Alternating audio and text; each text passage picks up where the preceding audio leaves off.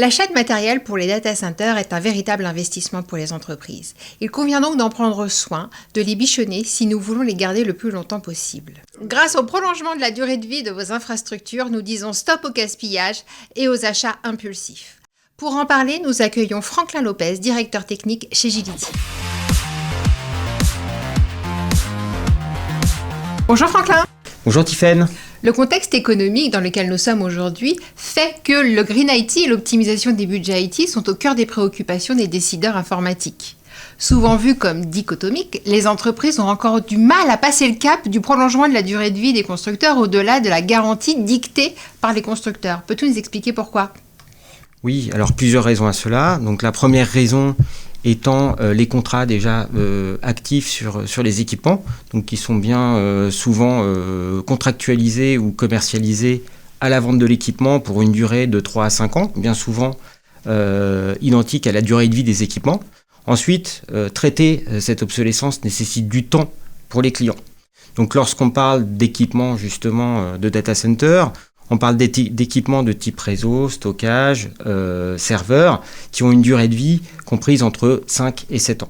Donc la nécessité de prolonger la durée de vie des équipements va de fait imposer vis-à-vis des clients, lorsqu'ils vont aller voir les constructeurs, des montants astronomiques pour pouvoir justement prolonger cette maintenance. Ce qui, justement, force les clients à remplacer les équipements, parce qu'après c'est un jeu de ROI, le rapport sur investissement n'étant plus bon, le remplacement est donc nécessaire. Et donc Gility offre à ses clients la possibilité justement d'augmenter la durée de vie de ces équipements par de la maintenance, ce qu'on appelle TPM, Third Party Maintenance. Je suppose qu'au-delà du prix du matériel, l'impact de remplacement est assez conséquent pour les entreprises. Effectivement, remplacer un équipement n'est pas anodin. Lorsqu'on remplace un équipement, on remplace bien souvent une infrastructure. Ces équipements nécessitent, pour les remplacer, une grosse charge de travail. Donc, il y a une vraie conduite de projet à mener.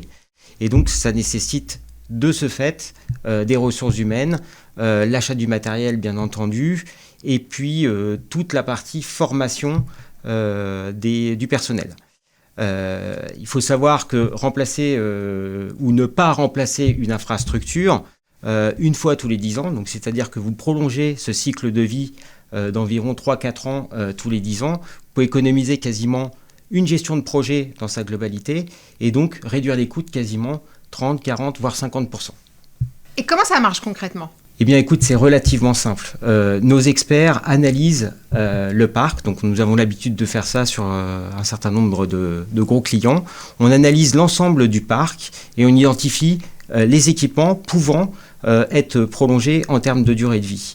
Merci Franklin pour toutes ces explications. Merci. Donc, grâce au prolongement de la durée de vie de vos infrastructures, vous pouvez faire des économies, gagner du temps et en plus vous avez un impact positif sur l'environnement. Donc si vous aussi vous avez des questions, n'hésitez pas à les poser à nos experts via notre site internet gility-group.com.